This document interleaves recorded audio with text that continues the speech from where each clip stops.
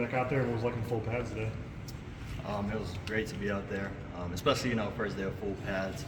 There's a lot of competition, and the guys are really getting out there. So now it's really exciting. We've been seeing you and Ashton line up out there together some with Ashton out of receiver and stuff. I mean, how intriguing is that? How special could that be if you guys are both out there on the field together? I mean, when you have like two guys who can make plays, it's really special for the offense. And it makes a lot of things easier for the quarterbacks and the receivers and stuff like that. So. When you guys are on the field together, is it sometimes are you both next to Taylor in shotgun? Is one of you in the slot? Both? How have you seen Bush plan to use you guys at the same time? I mean, we use many different formations where we're both in the backfield, and either of us can get it. Either of us, one of us can get it, one can run the option, and then we also have Ashton, running outside there, running sweeps and stuff like that. So it's pretty crazy how we utilize this offense. Having two guys of that caliber out there, how does he complement your skill set and vice versa? How do you complement his? I mean, I think it just helps as an offense as a whole because it just helps us, stay in rhythm, and it just helps us, find those plays where he's able to be explosive. He can run a dude over. Next thing you know, I go in there and I can go in there and make a dude miss or juke him, and so it's really exciting. What was obviously you guys turned up the heat a little bit. What was today's practice about? Oh yeah, so we had the Inferno today. So we're just like this is where we have the heat on, and it's like 90 something degrees in there. There's no AC, none of that. So we're just working on conditions for the future. And yeah, conditions we're gonna play in. Was it hot? Oh yeah, it was really hot. I'm not gonna lie. At first I walked in there, I was like, this is about to be a breeze. And then next thing you know, a couple minutes later, I'm like, getting water, helmet off, and I'm like, this is crazy. Were you pleased with what you did last season?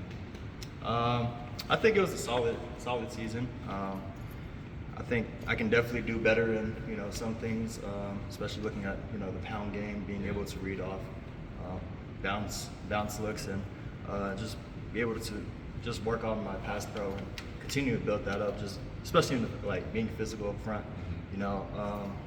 Us running backs, we take pride in our pass pro game. So From the time that Ashton got here last year till now, how do you think he's improved the most? I think he's definitely built that mentality.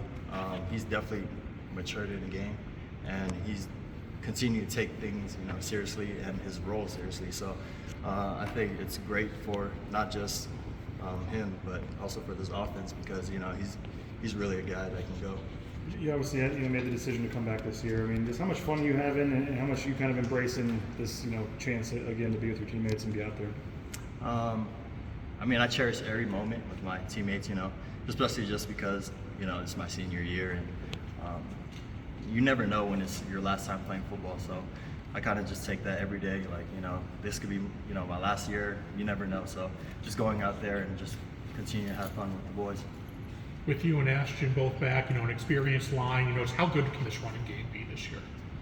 Oh yeah, so our O-line's been looking pretty crazy. Everything, they've been looking explosive. Their get-offs, everything. We look from the drills to team periods, and everything translates. So our O-line been doing a really great job, and Coach Keen's definitely been getting those guys right. What have you noticed about Coach Jimmy and what he's brought to your room? He's brought a lot of things, honestly, especially being a offense O-line GA coach. So he knows a lot of things. So he's able to break down the little details for us running backs and the defensive fronts, and being able to recognize what pressure is coming and everything. So I think it's a different coaching point for us, but it's been really good for us.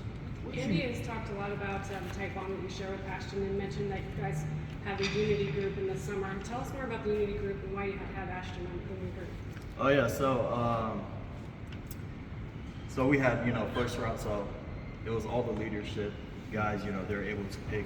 So we had old school draft picks. Everybody's just standing in the front courtyard, and you have first pick to last pick. So I was the first pick.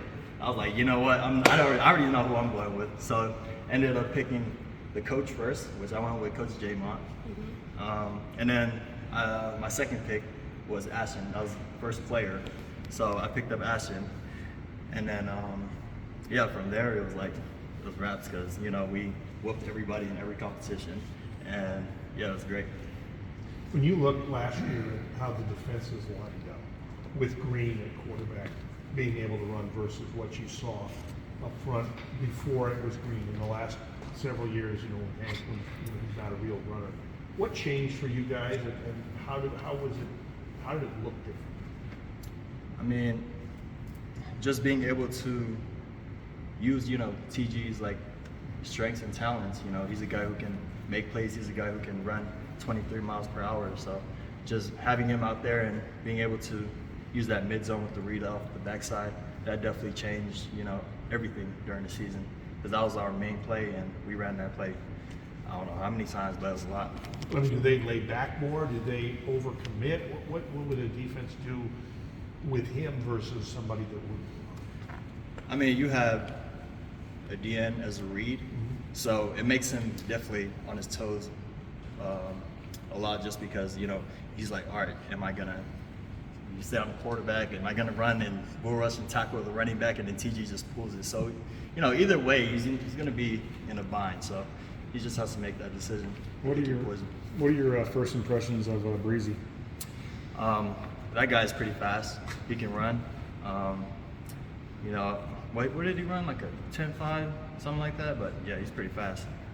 But he definitely has, you know, some work to do, especially in the playbooks and stuff like that. So just being able to get him dialed in on little things, you know, same things we teach, protection, you know, being able to hold the ball and protect the ball.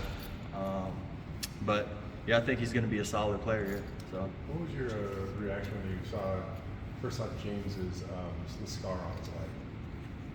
Have you seen the scar on James Montgomery's leg? Oh yeah. I have Montgomery, definitely, right? yeah. Coach J-Mo, yeah, for sure. Definitely seen the scar. I was like, what happened there? He's like, football. So it's crazy because he showed us his highlights, all that stuff, and you know, he was a great player. He played at Cal, went to Wazoo, played there, but he showed us the clips and told us like why, you know, the reason how we got the scar in his leg, and it was basically like saying like, all right, don't do this, you know, just finish plays, go field, make vertical cuts, and you know, punish dudes. Does his story, like what he went through, I mean, he says he tries to tell you guys that, and earlier you were just saying like, you know, you got to value it because you never know when it's going to end. Like, how much does his story kind of impact you guys in that room? Definitely a lot, you know, just being able to just continue to build a relationship with J-Mo, you know. I think that's a big thing. You know, he's come from Fresno State, obviously, so it's kind of tough, you know, but I think it's been really good. You know, he's a player's coach. You were able to, you know, really just talk to him about how we feel. It's not like we can't just like, you know, fake it or whatever, but you know, he understands the players and he'll be real honest with us, whatever it is. You know, if I mess up a, you know, pickup in protection, he's gonna be on my head, you know, coach me. He's not gonna be around me, but it's just no double standards with him. So I think he treats all the players the same, and yeah, I respect that guy. Just, I mean, listening to you, like, it seems like you're just, I don't know, more free right now. Like, have you felt that these last couple months of just, you know, your fourth season now, just feeling free about everything? I mean, I definitely just try to be where, you know, my 2 feet are right now, just be here where I'm at, just not be distracted by anything else going on.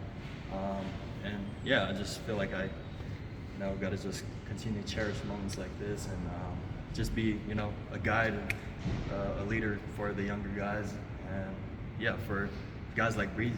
So yeah. Your relationship with Ashton, I mean, some guys, older guy like you, young guy comes in, tries to take some of your playing time, like, you know, maybe it doesn't go as good. Well, why are you guys so close, and how's it working that you guys are fighting for playing time and yet you're, you know, still staying close friends? I mean, I think it's because, you know, we're really competitive, you know, everything we do, you know, we're competitive, we'll talk smack to each other, and it's funny sometimes, but we understand, like, you know, when it's time to go, it's time to go, and we're gonna, you know, help. We're not here to, like, you know, put anyone down. We're gonna, you know, continue to build off each other and just be able just to go out and just tear it out on the field. Bush was saying, in terms of like the difference between your guys' kind of character and personality, if there was a running back that was going to play a prank on you, it would be Ashton. If there was a running back you wanted to watch your kids for 10 straight days, it would be you. Do you agree with that? Oh yeah, for sure. I mean, Ashton loves to joke around, and he thinks he's slick sometimes, but he's always trying to sneak up and, just neck me or slap me on my neck or something funny. Like, I'm like, all right. But yeah, I definitely agree with that. Just because I love being around kids, especially like, coach's kids, J-Mo's kid, his son. So just being around kids and just having fun with them. So. Anybody else? Yeah, you've been playing ball, obviously, this is your 5th year here. Is the plan still to go to the NFL, and what have people at that level told you you need to do this year in order to get there? I think the main thing is just being consistent, especially like being out on the field. Like a lot of coaches, they say, all right, he has health issues or whatever. So just being able to come back and show them, I can have another 1,000-yard, rushing season and continue to stack on that and build on that. And then, just being able to be more physical in the run game and pass game. You returning punts this year too? Yeah, for sure.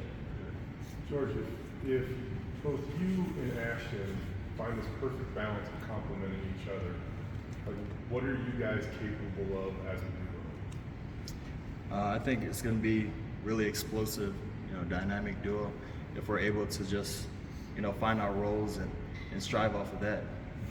Especially early on in the season, we got to start fast as an offense. Last year we didn't do that, but we've, figured out halfway through the season. We can't figure things out halfway through the season. We got to, right off the bat. I know that every running back probably wants 350 carries going into the season, but from a physical standpoint, I just don't know the reality of that anymore. So is it nice to know that you might have somebody there to help you, I guess, like carry the load this year? Oh yeah, for sure. I mean, if I have an explosive and I'm tired, I need one, Ashton's gonna, I can rely on him to go out there and make a play. So, and that's the same thing with him, these guys. But if I get hooked on one and I see Ashton run on the field, I'm like, nope, go back out. I'm gonna finish this one right here. But yeah, but it's gonna be exciting though.